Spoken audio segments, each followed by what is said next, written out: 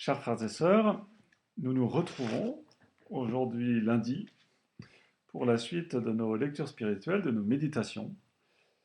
Et aujourd'hui, nous allons méditer un passage de la règle de Saint Benoît. Pas la règle en elle-même, mais un commentaire de cette règle par un moine bénédictin de l'abbaye de la Source à Paris, qui s'appelle Don Jean de Montléon, qui est un moine du XXe siècle et qui a écrit donc notamment des commentaires sur des passages de la règle de Saint Benoît, et notamment celui-ci donc qui s'appelle, je vous le montre, Les instruments de la perfection. Commentaire ascétique sur le chapitre 4 de la règle de Saint Benoît. Vous voyez, la règle de Saint Benoît c'est tout petit, mais le commentaire ascétique c'est un peu plus gros. Voilà.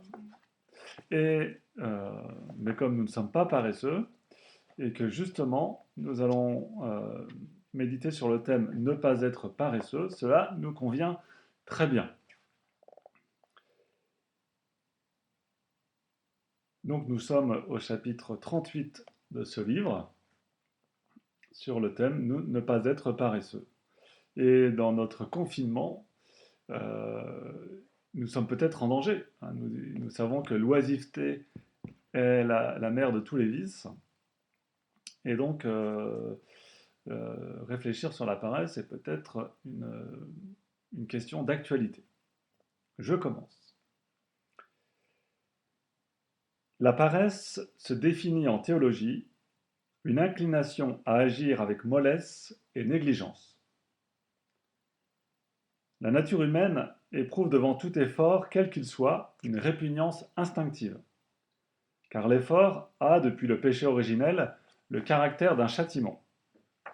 C'est une punition de la désobéissance d'Adam que la terre, maudite par Dieu, ne livre plus ses fruits à l'homme qu'au prix d'un dur labeur. Le fait de céder à cette répugnance, de se dérober à cet effort, constitue précisément la paresse.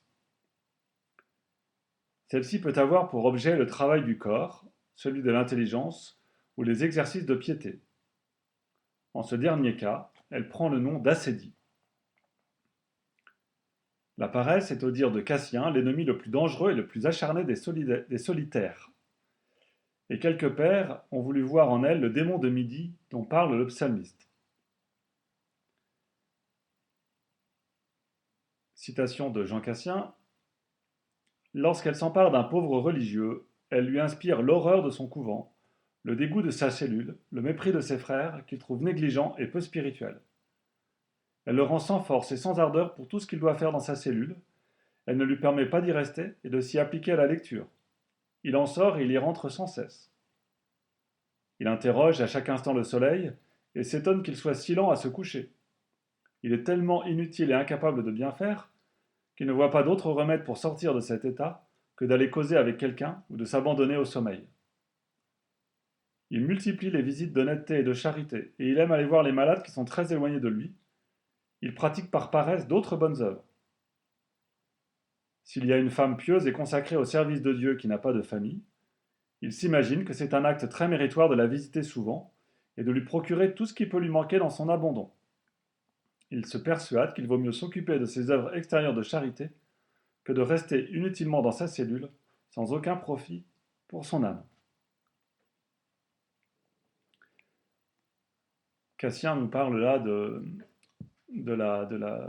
des pères du désert, de ces premiers moines qui vivaient seuls et qui s'étaient retirés pour le combat spirituel. Et ce combat, il le vivait de l'intérieur, en étant une forme d'ermite. Et la tentation, c'était de sortir de cette vie d'ermite euh, pour la remplacer par une vie plus active, qui donnait l'impression d'être plus vraie. Donc c'est à comprendre dans ce cadre-là. Comme on le voit par ce portrait, la paresse attaque l'homme de deux façons bien différentes. Tantôt elle le porte à ne rien faire, à somnoler, à rêver, à perdre son temps. Tantôt au contraire, elle lui inspire un zèle ardent pour des occupations qui le détourneront de son devoir. Contre la première forme de ce vice, saint Benoît nous invite à nous garder, durant les longues heures libres des jours fériés, par la lecture. Et même si la lecture n'arrive pas à écarter le dégoût ou la torpeur dont l'âme est envahie, par quelque occupation manuelle. Car, disaient les solitaires d'Égypte, le religieux qui travaille n'a qu'un démon pour le tenter, mais celui qui ne travaille pas en a une infinité pour le perdre. Il faut donc aller en quelque sorte au-devant de la paresse et la vaincre par l'effort. On peut d'ailleurs varier ses occupations et traiter son âme comme un malade auquel on présente divers aliments pour exciter son appétit. Remarquons bien ici que le péché ne consiste pas à sentir de la répugnance au travail ou à la prière, mais à y consentir. Tout au contraire, éprouver ce dégoût, parfois d'une façon accablante, et lutter contre lui de son mieux, est une source de grand mérite.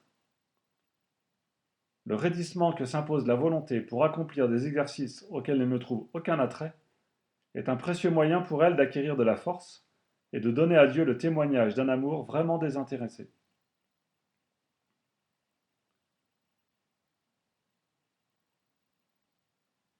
Notre commentaire s'adresse aussi peut-être particulièrement à des moines.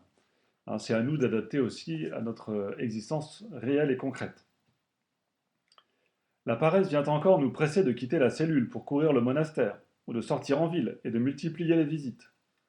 Elle nous met en tête 1000 entreprises bonnes en soi, mais qui par là même nous donnent le change, et n'ont d'autre effet que de nous arracher au devoir présent. Que d'âmes se répandent ainsi au dehors, et se donnent à elles-mêmes l'illusion d'un zèle ardent, ou d'une générosité sans limite, qui ne sont stimulées à leur insu que par un secret désir d'échapper à un labeur plus humble ou plus ingrat. On s'assigne à soi-même telle ou telle tâche. On se croit chargé de telle mission dans l'Église. On se fait un point d'honneur de l'accomplir exactement. On n'épargne pour cela ni son temps ni sa peine. Et pour acquitter cette obligation, qui n'a d'autre fondement que la volonté propre, on délaisse les devoirs de son état, ce qui marque avec certitude la volonté de Dieu. On sacrifie le temps de la prière, on néglige l'oraison, la lecture de l'Écriture sainte, on n'a plus le loisir de préparer l'office, tout juste celui d'être présent au cœur. On ne peut plus assurer aucune charge dans la communauté. On a son travail, ses affaires, ses œuvres. Et l'on mène ainsi une vie agitée et stérile. Bien heureux si quelque jour on n'en vient pas à dénouer le lien de l'obéissance pour donner libre cours à son zèle.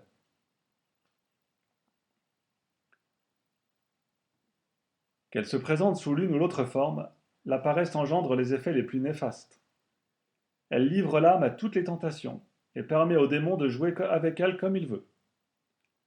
Elle prive l'homme de la récompense éternelle en l'empêchant de faire les œuvres nécessaires à sa sanctification ou même à son salut. Elle ouvre la porte à tous les vices.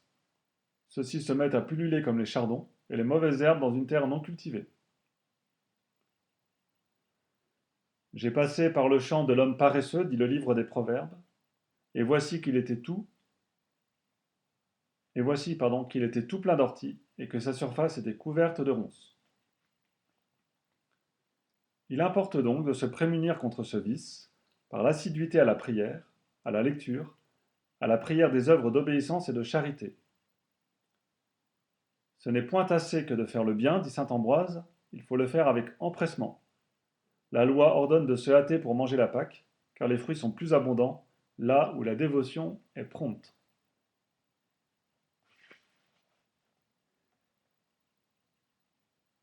Je ferai une petite remarque parce que dans une méditation précédente, nous avons parlé du fait que nous ne devons pas nous empresser. Ça, c'est le propre des écrits spirituels. C'est que si on s'en tient aux mots, on risque d'y voir souvent des contradictions. Parce que euh, la spiritualité, il y a un côté un peu poétique, je ne sais pas comment dire. En fait, on insiste sur un aspect des choses, bien souvent. Et, euh, et donc, ça demande toujours à être un peu nuancé. Euh, L'empressement, ça veut dire le fait d'y aller sans tarder, sans traîner, sans laisser les choses, le temps s'écouler sans raison. Ça veut dire d'avoir le désir fort d'accomplir son devoir. Euh, ce, ce qui n'est pas en contradiction avec le fait de ne pas être empressé intérieurement, avoir cette espèce d'inquiétude intérieure, de stress, qui vient abîmer notre paix intérieure. Je continue. Il faut se presser dans le chemin qui mène à la vie, car le temps est court, et nul n'est assuré du lendemain. Oh, qu'il avait bien compris l'un des grands secrets de la perfection, le jeune saint qui s'était donné pour règle la maxime suivante: je veux devenir un saint, un grand saint, et cela sans qu'on le sache, et en peu de temps. Il s'agit de saint Jean Berkmans. En peu de temps. Voilà ce que peu d'âmes se résignent à entreprendre. Elles veulent bien de la sainteté, mais pour plus tard. Elles s'accordent sans cesse pour ouvrir la lutte contre elles-mêmes de nouveaux délais et n'osent point rompre en visière avec leurs mauvaises habitudes qu'elles sentent si puissantes. Elles disent, comme saint Augustin, alors qu'il était encore plongé dans ses désordres: Seigneur, attendez-moi un peu, prenez un peu de patience. Encore un instant et je m'éloignerai de la vanité. Encore un moment et je rougirai de mon iniquité. J'abandonnerai toutes les frivolités de ce monde. Mais hélas, cet instant n'avait point de terme, ce moment se prolongeait toujours.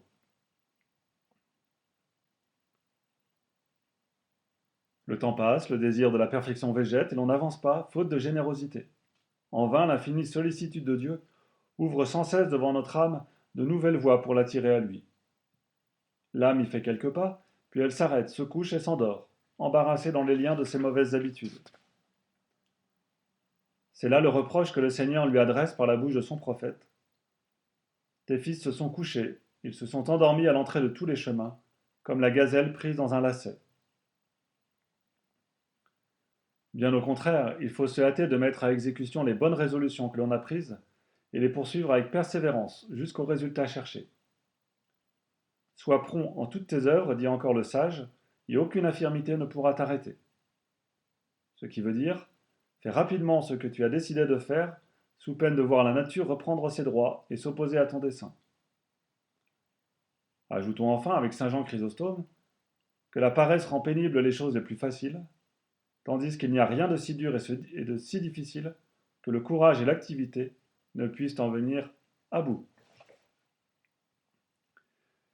Je vous souhaite une bonne journée dans l'ardeur au travail et surtout l'ardeur au devoir d'État, c'est-à-dire à bien faire ce que l'on a à faire, car vous l'avez entendu, la paresse consiste bien souvent à faire toujours ce que l'on aime,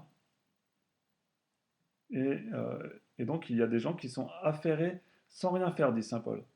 Affairés sans rien faire, ça veut dire qu'ils ne font pas ce qu'ils devraient faire. Voilà, ils sont toujours occupés à un tas de trucs, mais sauf ce qu'il faudrait. Eh bien, voilà, prenons ça en bonne part pour nous, et que cela nous aide à progresser. Ainsi soit-il.